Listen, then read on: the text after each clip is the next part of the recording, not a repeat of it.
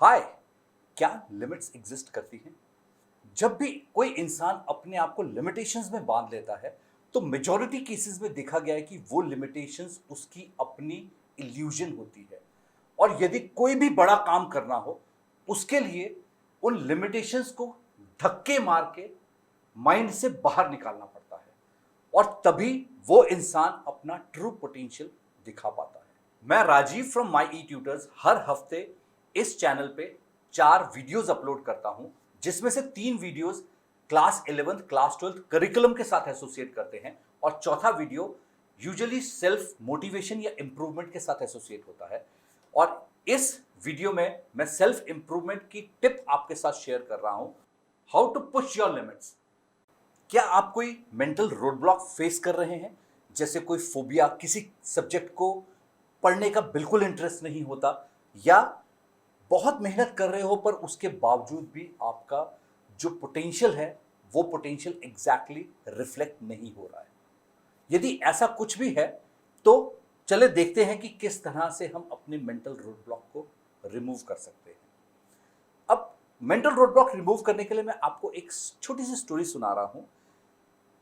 5 मई 1954 तक जितने भी एथलेटिक वर्ल्ड के से एसोसिएटेड लोग थे, जैसे जो डॉक्टर्स उसके साथ एसोसिएटेड थे, या जो कोच उसके साथ एसोसिएट थे, या इवन जो एथलीट्स उसके साथ एसोसिएट थे, वो ये मानते थे कि 1 मील 4 मिनट से कम टाइम में नहीं दौड़ा जा सकता। बट 6 मई 1954 को ब्रिटिश एम्पायर कॉमनवेल्थ गेम्स में डॉक्टर रॉजर बेनिस्टर ने 1 मील 3 मिनट 59 सेकेंड्स में दौड़ करके पूरा किया।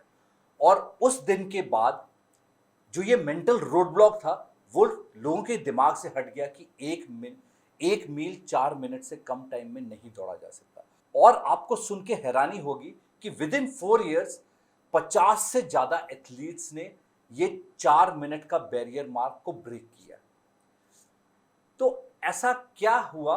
तो इसके लिए एक बहुत अच्छा कोट है जो किम सैम ने कहा है कि जो स्मार्ट लोग होते हैं वो अपनी गलतियों से इंप्रूवमेंट करते हैं, पर जो बुद्धिमान या टोटली वाइज पर्सन होते हैं वो दूसरों की गलतियों से अपने में इंप्रूवमेंट लेके आते हैं।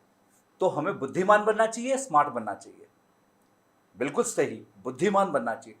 तो देखते हैं कि जो रॉजर बेनिस्टर का मेंटल रोड ब्लॉक था उसको कैसे रिमूव किया उनके कोच डॉक्टर थॉमस क्यूरेटन ने। अब डॉक्टर थॉमस क्यूरेटन की जो कोचिंग टेक्निक थी उसमें 2 चीजें बहुत इंपॉर्टेंट थी। सबसे पहली चीज थी कि अपने बॉडी और माइंड दोनों को आपको प्रिपेयर करना पड़ता है। कोई भी बड़ा काम कर रहे हो उसके लिए आपको अपने दिमाग और अपने शरीर दोनों को एक साथ प्रिपेयर करना पड़ता है। सिर्फ दिमाग को प्रिपेयर करके वो जो आप अचीव करना चाहते हो वो नहीं अचीव हो सकता। वैसे ही सिर्फ अपने शरीर को यदि आप ट्रेन कर लो तो भी वो चीज अचीव नहीं होगी। जब तक आपका माइंड और बॉडी दोनों सिंक्रोनाइज होकर के एक साथ काम नहीं करेंगे उस अचीवमेंट के लिए, तब तक आप वो चीज अचीव नहीं कर सकते। दूसरा जो उनका बहुत इंपॉर्टेंट कंसेप्ट था वो था कि आप एंड्योरेंस तक अपने आप को वर्कआउट करो। एंड्योरेंस का मतलब जितनी आप में सहन शक्ति है, तो जितनी सहन शक्ति है उतनी सहन शक्ति तक आप अपने आप को वर्कआउट करो, उतनी मेहनत करो, और हर बार उस सहन शक्ति को थोड़ा सा आगे पुश करने की कोशिश करो। तो अब ये दोनों चीजों को देखते हैं कि हम अपने स्टडी मेथड्स में कैसे इंक्लूड कर सकते हैं। अब जैसे बात हुई कि बॉडी और माइंड को ट्रेन करने की, तो इस समय जो आप लिंक देख रहे हैं उसमें उस वीडियो में मैंने बताया है कि किस तरह से हम इफेक्टिवली स्टडी कर सकते हैं। तो आपने यदि इफेक्टिवली स्टडी करना है तो उसके लिए जरूरी है कि सबसे पहले आपको अपनी बॉडी को ट्रेन करना पड़ेगा कि यदि आपने 2 घंटे एक चेयर पे बैठ के पढ़ना है तो आपकी बॉडी भी 2 घंटे वहां बैठने के लिए एडजस्ट हुई है या नहीं हुई है।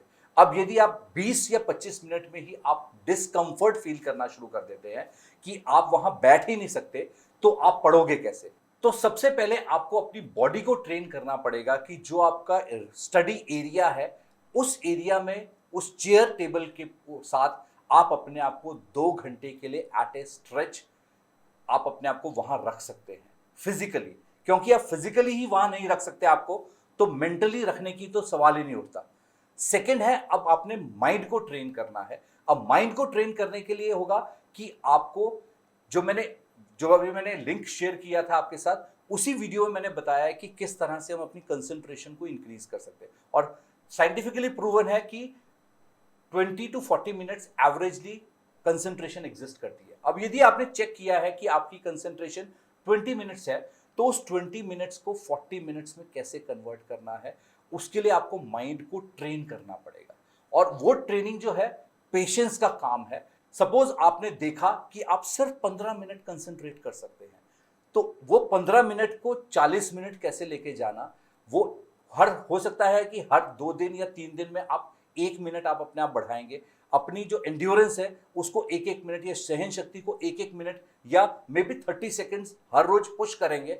और उस तरह से करते करते मे बी 1 महीना, सवा महीने में आप अपनी कंसंट्रेशन को 25-30 मिनट, 25-30 मिनट तक लेके आएंगे। और वो 25-30 मिनट फिर कंटिन्यूसली फॉलो करते करते आप खुद को, अपने माइंड और बॉडी दोनों को ट्रेन कर रहे हैं कि मेरे को इसी जगह पे 2 घंटे बैठना है और उसमें 5-5 मिनट की ब्रेक भी लेनी है, पर 2 घंटे बैठ करके मैंने अपनी कंसंट्रेशन को 100% इफेक्टिव स्टडी के लिए प्रिपेयर करना है।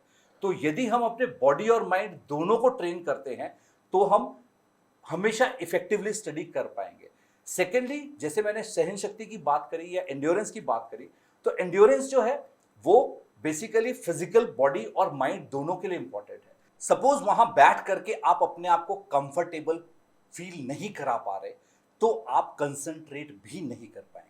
तो इसीलिए क्या है कि एंड्योरेंस उसीलिए है कि सहन शक्ति अपनी बढ़ानी पड़ेगी कि यदि मैंने प्लान किया है कि 2 घंटे मैंने यहां बैठ के पढ़ना है, तो मेरे को अपने आप को फिजिकली उतना स्ट्रांग बनाना पड़ेगा कि मैं 2 घंटे यहां इस चेयर पे बैठ सकूं। और मेंटली भी अपने आप को उतना स्ट्रांग करना पड़ेगा कि 2 घंटे से पहले मैंने यहां से उठना नहीं है, कुछ मर्जी हो जाए। मैंने यदि 2 घंटे का टाइम बनाया है तो 2 घंटे में यहां बैठ के पढ़ूंगा ही पढ़ूंगा, उसके अलावा यहां से उससे पहले नहीं उठूंगा।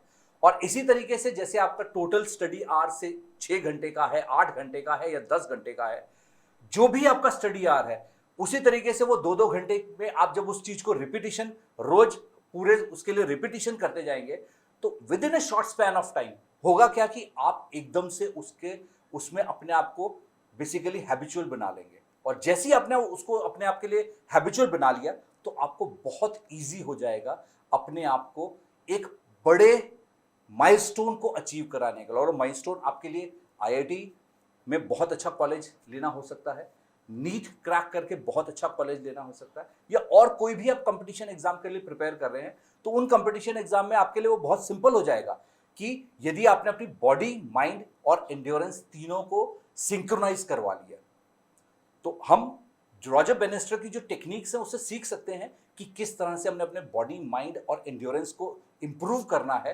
ताकि हम एक वो बड़ा जो हमारा माइलस्टोन है अचीव करना है, उसे हम अचीव कर सकें। तो जल्दी से रिकैप कर लेते हैं कि हमने क्या क्या देखा। सबसे पहली चीज है कि लिमिटेशंस जो हैं वो हमारी सिर्फ माइंड में होती हैं। लिमिटेशंस माइंड से जैसे ही हम धक्का मार के बाहर निकाल देते हैं, तो हम अपना ट्रू पोटेंशियल शो कर सकते हैं।